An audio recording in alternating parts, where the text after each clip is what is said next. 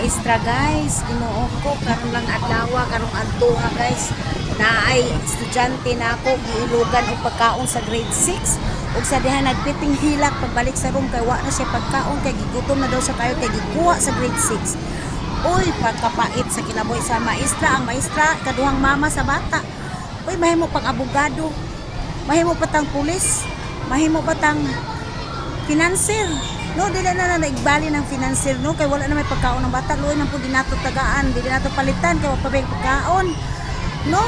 So, no ko unsa na lang gyud in taon ang kinabuhi sa maestra. Tanang propesyon na as maestra.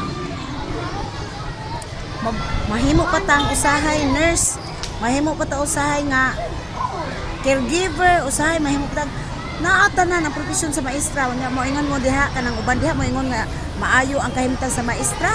Dakong sweldo ang maestra, oy dili gyud ka compensate sa mo ang kahago in taon Ginoo ko nya karon maghusay pa kas mga bata kay nag-aaway na ambot na lang no kani pud unta mga grade 6 sila unta mga modelo sa mga lower grades, sila pa man hinoy mga badlunganon magsigi og pang hadlok sa mga lower grades no pang kuhaon ang ilang mga pagkaon.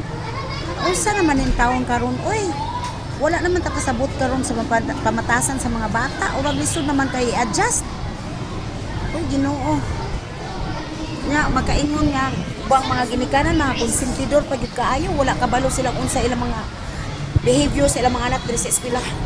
Lahi ang behavior sa ilang balay, lahi ang ipakitang behavior diri sa eskwelahan. Ubang maestra nag halos na nagkonsumisyon diri kay ang ubang parents konsentidor pud kaayo. Ang maestra dili na maka disiplina og kaayo sa mga bata kay ang ginikanan padunggon pag nga nagkonsente sa ilang mga anak. Uy, Ginoo ang tawon. Kadugayan nga ni wanay magmaestra oy. Perte ka kuan, no? Nya napakay kuan dila-dilaan ka mas kasapaan sila makorek ang ilahang kuan, i-correct nimo ang ilahang mga kamalian. Ay dila-dilaan pa ka ura mag yam-id hala tarong gana. So asa naman taw respeto ana sa mga maestra oy? Ana ba? Bitaw no, diha man jud dali sa balay. Mag-start pud ang kuan pagdisiplina sa bata no. Mahanukan jud bitanan diri na apoy mga bata nga di gyud magpatuo bisag unsaon. No. Pag ipatawag na ang mga ginikanan dahil hilak. No, mohilak na kay hadlok sa ginikanan, kay patawag. Pero lahi lang disposisyon diri sa eskwelahan, siguro sa inyong balay buutan tayo pag abot diri mangtas. No?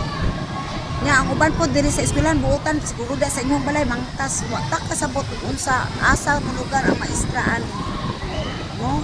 Maglisod og disiplina ang maestra. Mao lang na ako maingon.